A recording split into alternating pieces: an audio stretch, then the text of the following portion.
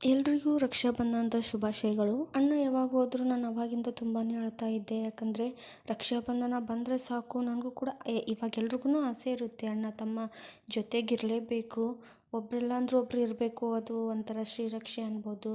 ಆದರೆ ನನಗೆ ಅದೆಷ್ಟು ನೋವಾಗಿತ್ತೋ ಅಷ್ಟೇ ಖುಷಿ. ಸ್ವಲ್ಪ ನಮ್ಮ ಅಣ್ಣ ತೀರ್ಕೊಂಡು ಸ್ವಲ್ಪ ದಿನದಲ್ಲೇ ಅದು ಸಿಕ್ತು. ಯಾಕಂದರೆ ಅವನಿದ್ರೆ ಎಷ್ಟು ಪ್ರೀತಿ ಕೊಡ್ತಿದ್ನೋ ಕೊಡ್ತಿರ್ಲಿಲ್ವೋ ನನಗಂತೂ ಗೊತ್ತಿಲ್ಲ. ಯಾಕಂದರೆ ನಾನು ನಮ್ಮ ಅಣ್ಣನ ಪ್ರೀತಿ ನೋಡೀನಿ, ಅವನು ಇನ್ನೂ ಹೆಚ್ಚಾಗಿ ಪ್ರೀತಿ ಕೊಡ್ತಿದ್ದ. ಆದರೆ ಅವರಷ್ಟು ಸಮನಾಗಿ ನನಗೆ ಪ್ರೀತಿ ಕೊಡೋ ಅಣ್ಣ ತಮ್ಮ ಎಲ್ಲರೂ ತುಂಬ ಜನ ಸಿಕ್ಕಿದ್ದಾರೆ. ಸೊ ಅವರೆಲ್ರಿಗೂ ಕೂಡ ರಕ್ಷಾಬಂಧನದ ಶುಭಾಶಯಗಳು. ಆ್ಯಂಡ್ ಊರಿಂದ ಅರುಣಣ್ಣ ಬಂದಿದ್ದರು, ಅಸುಂಡಿಯಿಂದ ಅರುಣಣ್ಣ ಬಂದಿದ್ದರು. ಸೊ ಅವರು ಅನ್ಎಕ್ಸ್ಪೆಕ್ಟೆಡಾಗಿ ಬಂದಿದ್ದರಿಂದ ಸೊ ಅವರಿಗೆ ರಾಖಿನ ಕಟ್ಟಿ ಅವ್ರಿಗೆ ಕಳಿಸಿದೆ. ಅದಾದಮೇಲೆ ಬರ್ಡೆಯಿಂದ ನಮ್ಮ ಸಚಿಯರ ಮಾವ ಮತ್ತು ಹೆಂಡತಿ ಮಗು, ಅಂದರೆ ನಮ್ಮ ಕಾಕ ಚಿಕ್ಕಪ್ಪ ಅವರು ಮಗು ಮತ್ತು ಅವ್ರ ಹೆಂಡತಿ ಕೂಡ ಬಂದಿದ್ದರು.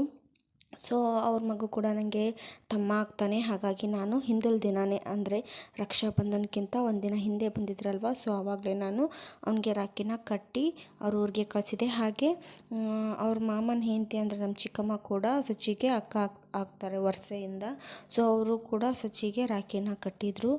ಸೊ ಇದು ಅಣ್ಣ ತಂಗಿ ಸಂಬಂಧ, ಅಣ್ಣ ಚೆನ್ನಾಗಿರ್ಬೇಕಂತನೋ ಅಥವಾ ತಂಗಿಗೆ ಶ್ರೀರಕ್ಷೆ ಆಗಿರ್ತಾರ ಅಂತನೋ, ಈ ಹಿರಿಯರ ಕಾಲದಿಂದ ಬಂದಿರೋದು ಇದೊಂಥರ ಚೆನ್ನಾಗಿದೆ. ಅಂದರೆ ಒಂಥರ ಅಣ್ಣ ತಮ್ಮ ಅಂತ ಹೇಳ್ಕೊಳ್ಳೋ ಹೆಮ್ಮೆ ಇದೆಯಲ್ಲ, ಇದೊಂಥರ ಚೆನ್ನಾಗಿದೆ. ಸೊ ಇವತ್ತು ರಕ್ಷಾಬಂಧನ, ಇವತ್ತು ನಾನು ಸಂಜೆವರೆಗೂ ಯಾರಿಗೂ ರಾಖಿ ಕಟ್ಟಿರಲಿಲ್ಲ, ಒಂಥರ ಬೇಜಾರದಿಂದನೇ ಇದ್ದೆ. ಪ್ರತಿ ವರ್ಷವೂ ಸಚ್ಚಿ ಫ್ರೆಂಡ್ ಸರ್ಕಲ್ ಏನಿದ್ದಾರೆ, ಸೊ ಅವರೆಲ್ಲ ನನ್ನ ಮನೆಗೆ ಬಂದು ಕಟ್ಟಿಸ್ಕೊಂಡು ಹೋಗ್ತಾಯಿದ್ರು, ಅಂದರೆ ನನಗೆ ಅಣ್ಣ ತಮ್ಮ ಆಗೋರೆಲ್ಲ. ಈ ವರ್ಷ ಏನಾಯಿತು, ಕೆಲವೊಬ್ಬರು ಊರಿಗೆ ಹೋಗ್ಬಿಟ್ಟಿದ್ರು. ನಮ್ಮ ತಮ್ಮಗೆ ಎಲ್ಲ ಫೋನ್ ಮಾಡಿದೆ, ಅವನು ಕೂಡ ಬಂದಿರಲಿಲ್ಲ. ನನಗದೊಂಥರ ಬೇಜಾರನೇ ಆಗಿತ್ತು. ನಾನು ಫುಲ್ ಡೇ ಯಾರಿಗೂ ಕಟ್ಟಿರಲಿಲ್ಲ. ಸಂಜೆ ಏನಾಯಿತು ಅಂತಂದರೆ ಫೋನ್ ಮಾಡಿದೆ, ಬಂದರು. ಎಲ್ಲರೂ ಬರಲಿಲ್ಲ, ಅವ್ರವ್ರ ಕೆಲಸದಲ್ಲಿ ಬ್ಯುಸಿ ಇದ್ದರು. ಬಟ್ ಕೆಲವೊಬ್ಬ ಜನ ಬಂದರು, ನಂಗೆ ಅದು ಖುಷಿ ಆಯಿತು. ಸೊ ಅವ್ರಿಗೆಲ್ಲ ನಾನು ರಾಖಿ ಕಟ್ಟಿದ್ರಾಯ್ತು ಅಂತ ರೆಡಿ ಮಾಡ್ಕೊಳ್ತಿದ್ದೆ. ಇನ್ನೇನು ಬಂದುಬಿಡ್ತೀವಕ್ಕ ಅಂತ ಹೇಳ್ತಾಯಿದ್ರು. ಸೊ ಅದಕ್ಕೆ ನಾನು ರೆಡಿ ಮಾಡ್ಕೊತಿದ್ದೆ. ಕಷ್ಟನೋ ಸುಖನೋ ಬೆನ್ನ ಹಿಂದೆ ಅಥವಾ ನಮಗೆ ಅಣ್ಣ ಅಥವಾ ತಮ್ಮ ಇರಲೇಬೇಕು. ತಂದೆ ನೆಕ್ಸ್ಟು ನಮಗೆ ರಕ್ಷೆಯಾಗಿ ಧೈರ್ಯವಾಗಿರೋದೇ ಅಣ್ಣ ಅಥವಾ ತಮ್ಮ ಆಗಿರ್ತಾರೆ. ಸೊ ಎಲ್ರಿಗೂ ಅಲ್ಲಕ್ಕಿರೋಂಗಿಲ್ಲ, ಬಟ್ ನನಗಂತೂ ಎಕ್ಸ್ಟ್ರಾನೇ ಇದೆ. ಏನಕ್ಕಂದರೆ ನನಗೆ ಸುಮಾರು ಜನ ಅಣ್ಣ ತಮ್ಮಂದಿರಿದ್ದಾರೆ. ಸೊ ನಾನಂತೂ ಬೇಜಾರಾಗಲ್ಲ. ಮೊದಲು ಬೇಜಾರಾಗ್ತಿತ್ತು, ಇವಾಗೇನು ಬೇಜಾರಾಗಲ್ಲ. ಆ್ಯಂಡ್ ನಮ್ಮ ಹೀರೋ ಮತ್ತು ನಮ್ಮ ಪವನ್ ಅಣ್ಣ ಮತ್ತು ನಮ್ಮ ಸಂಧಿ ಇವ್ರು 3 ಜನನೂ ಮನೆಗೆ ಬಂದಿದ್ದರು. ಸೊ ಅವ್ರಿಗೆ ನಾನು ಇವಾಗ ರಾಖಿ ಕಟ್ಟಿದ್ರಾಯ್ತು ಅಂತ ಅವ್ರಿಗೆ ರಾಖಿ ಕಟ್ತಾ ಇದ್ದೆ. ಸೊ ನೋಡಿ, ಶ್ರಾವಣ ಮಾಸ ಶುಕ್ಲ ಪಕ್ಷ ಹಾಗೂ ಹುಣ್ಣಿಮೆ ದಿನ ಈ ಹಬ್ಬ ಬರುತ್ತೆ. ಅಕ್ಕ ತಂಗಿ ಆಗೋರು ಅಣ್ಣ ತಮ್ಮ ಆಗೋರಿಗೆ ಈ ರಕ್ಷಾವನ್ನು ಕಟ್ಟಿ ಅವರು ಯಾವಾಗಲೂ ಸುರಕ್ಷಿತವಾಗಲಿ ಇರಲಿ ಅಂತ ನಾವು ಬೇಡ್ಕೊಂಡ್ರೆ, ಅವರು ನಮಗೆ ಸಿಹಿನ ತಿನ್ನಿಸಿ ನಮಗೇನಾದರೂ ಉಡುಗೊರೆಯಾಗಿ ಕೊಟ್ಟು ನಾವು ನಿಮಗೆ ಯಾವಾಗಲೂ ರಕ್ಷೆಯಾಗಿರ್ತೀವಿ ಅಂತ ಅವ್ರು ಹೇಳೋದಾಗಿರುತ್ತೆ.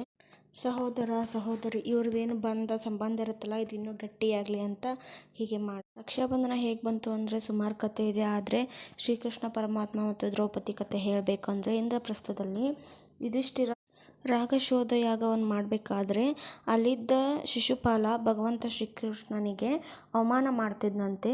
ಆವಾಗ ಶಿಶುಪಾಲ ಅದಕ್ಕಿಂತ ಮುಂಚೆ 99 ತಪ್ಪುಗಳನ್ನ ಮಾಡಿದ್ನಂತೆ.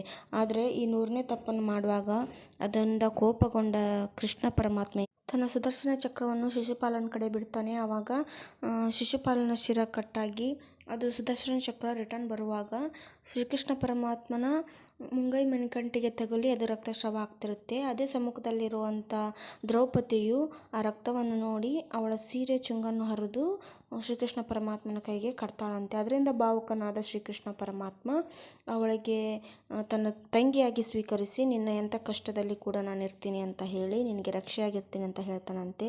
ಹಾಗೆ ನಡೆದುಕೊಳ್ತಾನೆ. ಹೇಗೆ ಅಂದರೆ, ಕೌರವರ ಒಂದು ದ್ರೌಪದಿಯ ವಸ್ತ್ರಾಭರಣ ಮಾಡಬೇಕಾದ್ರೆ ಅವಳಿಗೆ ಸೀರೆಯನ್ನು ಅನುಕರಿಸಿ ಅವಳ ಮಾನವನ್ನು ಕಾಪಾಡ್ತಾನೆ.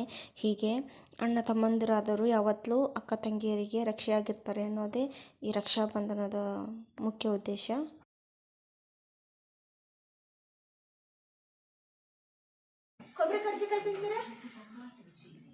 ತಿನ್ನೊಳ್ಳೆ ನಾನು ಮಾಡೀನಿ, ನಿಜ ಎಷ್ಟು ಚೆನ್ನಾಗೈತಿ ಅಣ್ಣ. ನೀನು ತಿಂದ್ಬಿಟ್ಟು ಹೇಳೋಣ ಹೇಗಿದೆ? ಗಂಡ ತಿಂದಿಲ್ದವ ಚೆನ್ನಾಗಿತ್ತಪ್ಪ. ಚೆನ್ನಾಗಿ ಟೇಸ್ಟ್ ಟೇಸ್ಟ್ ಮಾತ್ರ ಸೂಪರ್ ಆಗೈತೆ. ಸೂಪರ್ ಆಗೈತಣ್ಣ. ಚೆನ್ನಾಗೈತೆ. ಮತ್ತೇನಂತೀರಣ್ಣ? ನಾನೇನು ಹೇಳ್ತೀನಿ ಅಂತಂದರೆ ಕತೆಗಳು ಸುಮಾರು ಇರಲಿ, ಆದರೆ ಇದರ ಉದ್ದೇಶ ಮಾತ್ರ ನಾವು ಹೆಣ್ಮಕ್ಳಾದರೂ ಅಣ್ಣ ತಮ್ಮರಿಗೆ ಅವ್ರು ಯಾವತ್ತೂ ಆರೋಗ್ಯದಿಂದಾಗಲಿ ಅಥವಾ ಅವ್ರು ಚೆನ್ನಾಗಿರಲಿ ಅಂತಂದು ನಾವು ಬೇಡ್ಕೊಳ್ಳೋದಾದರೆ ಅವ್ರೇನಿದೆ ನಮಗೆ ಅವ್ರಿಗೆ ಊಟ ಆತ್ರಿ, ಈಗ ಅರ್ಧ ಊಟ ಆತು. ಒಂದು ತುಂಬ್ತಾ ಇರ್ತಾರಲ್ಲ ಆ ಥರ ಇರೋದಾಗಿದೆ. ಸೊ ಯಾವಾಗಲೂ ಅಣ್ಣ ತಮ್ಮ ಆದವರು ಅಕ್ಕ ತಂಗಿಗೆ ರಕ್ಷೆಯಾಗಿ ಇರಲಿ. ನಾವು ಯಾವಾಗಲೂ ಅವ್ರಿಗೆ ಒಳ್ಳೆಯದನ್ನು ಬಯಸ್ತಾನೆ ಇರೋಣ. ರಕ್ತ ಹಂಚ್ಕೊಂಡು ಹುಡ್ತಾರೆ, ಅಣ್ಣ ತಮ್ಮ ಅಕ್ಕ ತಂಗಿ ಆಗೋದಿಲ್ಲ. ಸೊ ಯಾರು ಮನಸ್ಸಿಂದ ಅಣ್ಣ ಅಥವಾ ಅಕ್ಕ ಅಂತ ಕರೆದಿರ್ತಾರೋ ಅವರೆಲ್ಲರೂ ಅಕ್ಕ ತಂಗಿನಾಗಿರ್ತಾರೆ. ಇವಾಗ ಮತ್ತೆ ಯಾರಿಗೂ ಸ್ವಂತ ಅಣ್ಣ ತಮ್ಮ ಇಲ್ಲ ಅಂದರೆ ಅವ್ರಿಗೆ ಯಾರಿಗೂ ಅಣ್ಣ ತಮ್ಮ ಅಂತ ಕರೀಲಿಕ್ಕೆ ಆಗೋದಿಲ್ಲ. ನಾವು ಮನಸ್ಫೂರ್ತಿಯಾಗಿ ಯಾರಿಗೆ ಅಣ್ಣ ತಮ್ಮ ಅಂತ ಕರಿತೀವಿ ಅವರೆಲ್ಲ ನಮ್ಮ ಅಣ್ಣ ತಮ್ಮಂದಿರೇ ಆಗಿರ್ತಾರೆ. ಅವರೆಲ್ಲ ಹೋದರು. ಅದಾದಮೇಲೆ ನಾನು ನಮ್ಮ ತಮ್ಮ ಕಾಲ್ ಮಾಡಿದೆ, ನೀನು ರಾಣೆಬೆನ್ನೂರಲ್ಲಿದ್ದೀನಿ ಅಂತ ಹೇಳಿದರು. ಹಾಗೆ ನಮ್ಮ ಪುಟ್ಟ ತಮ್ಮನಿಗೆ ಕಾಲ್ ಮಾಡಿ ಮಾತಾಡಿದೆ. ಸೊ ಅವರೆಲ್ಲ ನನಗೆ ಚಾಕ್ಲೇಟ್ಸ್ ಕೊಟ್ಟರು, ನನಗೆ ಫೇವ್ರೆಟ್ ಬೇರೆ. ಆ್ಯಂಡ್ ನಮ್ಮ ಹಿತೇಶ್ ಬಂದಿದ್ದ. ಎಷ್ಟೋ ಜನ ಬೇಜಾರಾಗೋರು ಕೂಡ ಇದ್ದಾರೆ, ನನಗೆ ವಿಶ್ ಮಾಡಿಲ್ಲ, ನೀನು ನನಗೆ ರಾಖಿ ಕಟ್ಟಿಲ್ಲ ಅಂತ. ನಾನು ಹೇಳಿದ್ನಲ್ಲ ಮಾರ್ನಿಂಗಿಂದ ನಾನು ಬೇಜಾರಲ್ಲೇ ಇದ್ದೆ ನಿಜ ಹೇಳಬೇಕಾದ್ರೆ. ಸೊ ಸದಣ್ಣ ಮತ್ತು ಶಾನುಗೆ ರಾಖಿ ಕಟ್ಟಬೇಕಾಗಿತ್ತು. ತುಂಬ ವರ್ಷದ ಗ್ಯಾಪ್ ಆಗಿತ್ತು, ಹೋಗಿ ನಾನು ರಾಖಿನ ಕಟ್ಟಿ ಬಂದ್ರಾಯ್ತು ಅಂತ.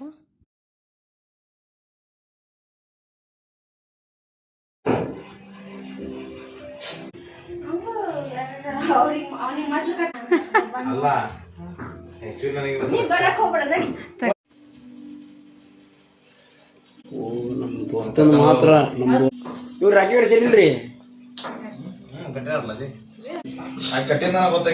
ಎಲ್ಲ ಬನ್ನಿ ಡ್ರೋನ್ ಶಾನ. ಹಾಯ್ ಫ್ರೆಂಡ್ಸ್, ನೋಡಿ ಫ್ರೆಂಡ್ಸ್, ಇವತ್ತು ನಮ್ಮ ಮನೇಲಿ ರಾಖಿ ಹಬ್ಬ ಇದೆ.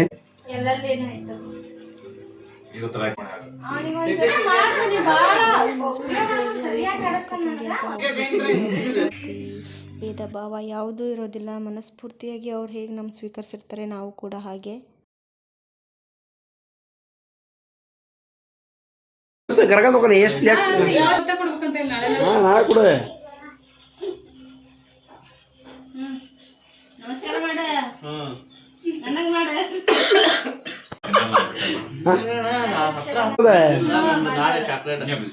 ಎಲ್ಲಿ ಕಟ್ಟಿದೆ ಓಟು ಕೇಕ್ ಕೊಡ್ರಿ ಬ್ಯಾಡ ಅಂತ ಸದನ ಕೊಡು. ಓಟು ಕೇಕ್ ಪಾಪ ಸಲೀನ್ ಮಂಗಡ ಕೇಕ ಖಾಲಿ ಆಗಲ್ಲ ಊಟ. ತಗೋ ಅಣ್ಣ, ಚಿಕ್ಕ ಕಾಣಿಕೆ ನಮ್ದಷ್ಟೇ. ಚಿಕ್ಕ ಕಾಣಿಕೆ ಅಲ್ಲ, ಪ್ರಮೋದ್ ಬಂದದ. ಎಲ್ಲಿ ಕಟ್ಟಿದೆ ನನಗಿತ್ತು ನಂಗೆ ತಿನ್ಸಲ್ಲ. ಅದು ಇರ್ಲಿ, ನನಗೆ ನೀ ತಿನ್ಸಲ್ಲ. ವಿಮಲ ಇರಲಿಲ್ಲ ನನಗೆ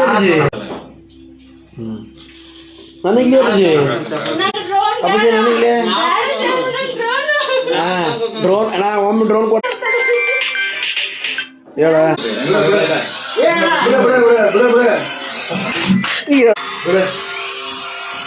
ಆ ಕಡೆ ಏನು ಬರ್ಬೇಕಂದ್ರೆ